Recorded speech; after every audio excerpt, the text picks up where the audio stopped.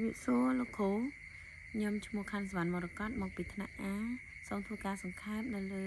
មេរៀននៅក្នុងសប្តាហ៍ទី5ការវាយតម្លៃក្នុងម៉ោងសិក្សានិងការវាយតម្លៃតាមដំណាក់កាលដែលផ្អែកលើការវាយតម្លៃបញ្ចប់វត្ថុបំណងបន្ទាប់ពីរៀនមេរៀននេះចប់គរុនិស្សិតនឹងកំណត់បានពីអត្ថន័យនៃការវាយតម្លៃតាមដំណាក់និងការវាយតម្លៃតាមដំណាក់ដោយផ្អែកលើការវាយតម្លៃបញ្ចប់ដោយមើលលើស្ថានភាពខុសគ្នារវាងវាពណ៌នាបានពីរបៀបសង្កេតអាកប្បកិរិយារបស់សិស្សបញ្ចេញសំឡេងកាយវិការទឹកមុខនិងទំនាក់ទំនងតាមរយៈខ្សែភ្នែកដែលត្រូវបានប្រើដើម្បីបកស្រាយពីការចូលរួមនិងការយល់ដឹងរបស់សិស្សសួរសំណួរដែលទាញយកចម្លើយសមស្របដើម្បីឲ្យសិស្សចូលរួមនិងបង្ហាញការយល់ដឹងផ្ដល់ព័ត៌មានត្រឡប់ផ្សេងៗគ្នាដល់សិស្សកំឡុងពេលសិក្សា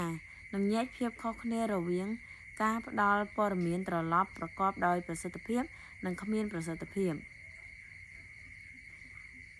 អញ្ចឹងការវាយតម្លៃនៅក្នុងជាដំណាក់កាលហ្នឹងគឺវាមានសារៈសំខាន់ដោយឃើញថាប្រភេទនៃការវាយតម្លៃតាមដំណាក់កាលដែលយើងកំពុងតែប្រើប្រាស់នឹងរបៀបប្រើប្រាស់មានប្រសិទ្ធភាពនៅពេលដែលការវាយតម្លៃតាមដំណាក់កាលទោះបីជាលក្ខណៈបែបណាក៏ដោយវាត្រូវបានប្រើប្រាស់យ៉ាងត្រឹមត្រូវមានភស្តុតាងដ៏ល្អដែលថាវានឹងមានអត្ថប្រយោជន៍ជាវិជ្ជមានលើការសិក្សានិងការលើកទឹកចិត្តរបស់សិស្ស 2. វដ្តនៃការវាយតម្លៃតាមដំណាក់កាលការវាយតម្លៃតាមដំណាក់កាលគឺជាដំណើរការនៃការប្រមូលភស្តុតាងនៃការរៀនរបស់សិស្សការផ្ដល់មតិកែលម្អព័ត៌មានត្រឡប់ដល់សិស្សនិងការកែសម្រួលយុទ្ធសាស្ត្រនៃការបង្រៀននិងការសិក្សាដែលលើកកម្ពស់សមិទ្ធផលដំណើរការនៃការវាយតម្លៃតាមដំណាក់អញ្ចឹងយើងនឹងផ្ដល់មតិត្រឡប់ដល់សិស្សភ្លាមឬពន្យាពេលច្បាស់លាស់កែលម្អការបង្រៀនជំហានបន្ទាប់សកម្មភាពសិស្សប្រមូលភស្តុតាងនៃការសិក្សាការសង្កេតមិនផ្លូវការសួរសំណួរលំហាត់ដែលមានរចនាសម្ព័ន្ធស្វ័យវាយតម្លៃសិក្សារបស់សិស្សវាយតម្លៃភស្តុតាងគឺជាការបកស្រាយមិនមានការលំអៀងចរិតលក្ខណៈនៃការវាយតម្លៃតាមដំណាក់កាលមានដូចជាភស្តុតាងនៃការសិក្សារបស់សិស្សរចនាសម្ព័ន្ធការចូលរួមដោយពាក់ព័ន្ធមតិកែលម្អធ្វើនៅពេលណាការកែលម្អបង្រៀនជំរឿសនៃកិច្ចការអន្តរកម្មរវាងសិស្សនិងគ្រូតួនាទីនៃស្វ័យវាយតម្លៃរបស់សិស្សការលើកទឹកចិត្តគុណលក្ខណៈសម្បត្តិនិងភាពជោគជ័យប្រភេទនៃការវាយតម្លៃតាមដំណាក់កាលគឺមានការវាយតម្លៃតាមដំណាក់កាលនៅក្នុងម៉ោងសិក្សាគឺមានន័យថាយើងនឹងវាយតម្លៃគាត់ភ្លាមឬក៏យើងមានកម្រងរួចស្រេចថានៅពេលក្នុងម៉ោងសិក្សាបន្ទាប់ពីយើងសិក្សារួចthìយើងនឹងវាយតម្លៃអ្វីអញ្ចឹងវាយតម្លៃតាមដំណាក់កាលដោយផ្អែកលើវាយតម្លៃបញ្ចប់មានន័យថាជាទូទៅគឺយើងធ្វើនៅក្នុងថ្នាក់ហើយក៏យើងធ្វើលក្ខណៈទាំងអស់គ្នាទាំងស្រុង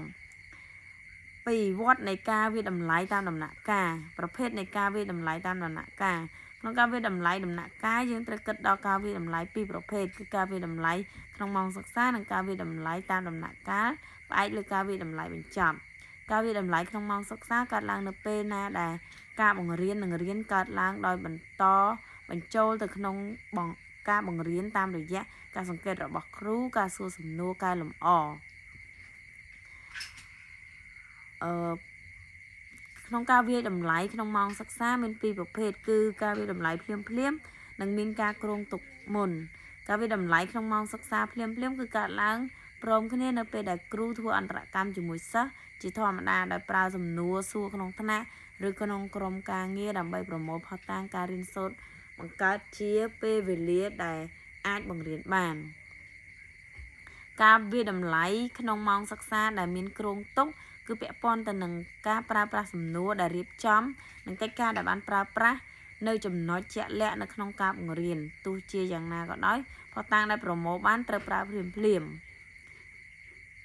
ប្រភេទនៃការវាយតម្លៃតាមដំណាក់កាលគឺវាមានភាពខុសគ្នារវាងប្រភេទនៃការវាយតម្លៃតាមដំណាក់កាលគឺវាប៉ះពាល់ដល់គឺ ជាការវិតម្លៃដែលប៉ះពាល់ដល់ការសិក្សានិងសមត្ថផលរបស់សិស្សកម្រិតណាវាច្បាស់ថា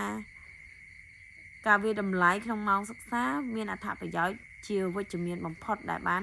ចងក្រងជាឯកសារសម្រាប់បង្កើតសមិទ្ធផលរបស់សិស្សធាតុសំខាន់ក្នុងដំណើរការនៃការបង្រៀនប្រកបដោយប្រសិទ្ធភាពគឺការត្រួតពិនិត្យជាបន្តរបស់ដោយគ្រូដើម្បីបញ្ជាក់ពីប្រតិកម្មរបស់សិស្សចំពោះការបង្រៀននិងការរីកចម្រើនរបស់សិស្សឆ្ពោះទៅរកការយល់ដឹងអំពីខ្លឹមសារនិងបំពេញជំនាញ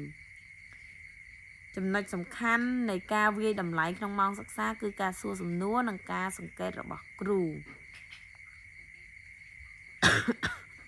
អញ្ចឹងការប្រមូលភស្តុតាងសម្រាប់វាយតម្លៃក្នុងម៉ោងសិក្សាគឺសិស្សមានប្រតិកម្មចំពោះគ្រូយ៉ាងលឿនតើវាគឺជាចំណុចនៃការវាយតម្លៃតាមដំណាក់កាលសម្រាប់ការបង្រៀនប្រកបដោយប្រសិទ្ធភាពនិងជាកន្លែងដែលវាយតម្លៃជំរុញឲ្យមានការណែនាំប្រកបដោយជោគជ័យទី3យើងនឹងនិយាយអំពីការសង្កេតហេតុអ្វីបានចាំបាច់សង្កេតសិស្សពេលម៉ោងរៀនអញ្ចឹងពីព្រោះថាយើងមើលពីធម្មជាតិនៃការចូលរួមរបស់សិស្សតើគាត់បានចូលរួមក្រុមហ្នឹងបានល្អប៉ុណ្ណាមើលពីបំណិនអត្តបុគ្គលរបស់សិស្សក្នុងការងារជាក្រុមមើលពីភាពត្រឹមត្រូវនៃចម្លើយកូនសិស្សក្នុងពេលឆ្លើយសំណួរមើលពីបំណិននិងការប្រើប្រាស់ភាសាវិទ្យាសាស្ត្រដែលសិស្សប្រើក្នុងការបញ្ចេញគំនិតអញ្ចឹងមើលថាតើគ្រូផ្ដល់ឧទាហរណ៍បន្ថែមឲ្យសិស្សទៀតឬអត់មើលថាតើគ្រូហៅសិស្សមួយណាឲ្យឆ្លើយឬចូលរួម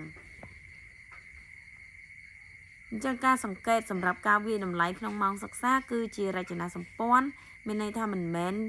មានទម្រង់ឬនីតិវិធីដែលបានកំណត់ប៉ុន្តែវា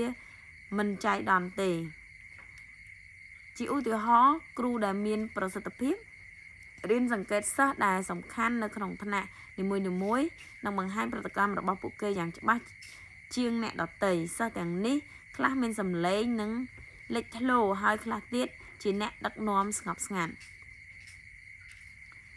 អញ្ចឹងការវាយតម្លៃអាកប្បកិរិយាដែលគ្មានវាចាគ្រូបង្រៀនពឹងយ៉ាងខ្លាំងលើការសហការវាយតម្លៃការបង្ហាញទឹកមុខនិងទំនាក់ទំនងភ្នែករបស់សិស្សសម្រាប់ការសង្កេតដ៏ត្រឹមត្រូវសកម្មភាពទាំងនេះត្រូវគេហៅថាមិនមែនជាពាក្យសម្ដីពីព្រោះសារត្រូវតាក់ទងដោយអ្វីមួយពីសិស្សជាងខ្លឹមសារនៃការគាត់និយាយអញ្ចឹងយោងតាម Maraban ភាគច្រើន 90% នៃចិត្តរំភើបដែលបានបញ្ជូននៅក្នុងសារមួយត្រូវបានតាក់ទងគ្នាដោយកត្តាមិនមែនជាសម្ដីអញ្ចឹង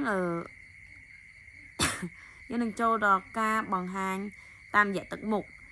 មុខគឺជាប្រភពដ៏សំខាន់បំផុតនៃព័ត៌មានដែលមិនមែនជាពាក្យសម្ដីព្រោះវាជាច្រកចេញចម្បងសម្រាប់អារម្មណ៍ហើយវាកម្របំភ្លៃអត្ថន័យណាស់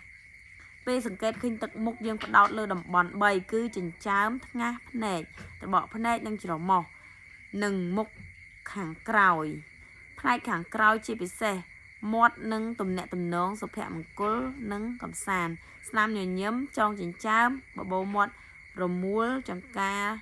លើកឡើងមាត់ក្តាប់និងការបញ្ចេញទឹកមុខផ្សេងទៀតក៏មានភាពច្បាស់លាស់ផងដែរនៅក្នុងអ្វីដែលពួកគេតាក់ទងគ្នាអញ្ចឹងការអត្ថន័យនៃទឹកមុខគឺយើងអាចនឹងមើលឃើញពីការមិនទុកចិត្តការភ្ញាក់ផ្អើលពីអារម្មណ៍បញ្ចេញសុភមង្គលកំហឹងសោកសៅឬក៏ការបដិញ្ញាចិត្តឬក៏ការភ័យអញ្ចឹងយើងជាគ្រូក៏យើងត្រូវសង្កេតមើលសិស្សតាមរយៈទឹកមុខផងដែរ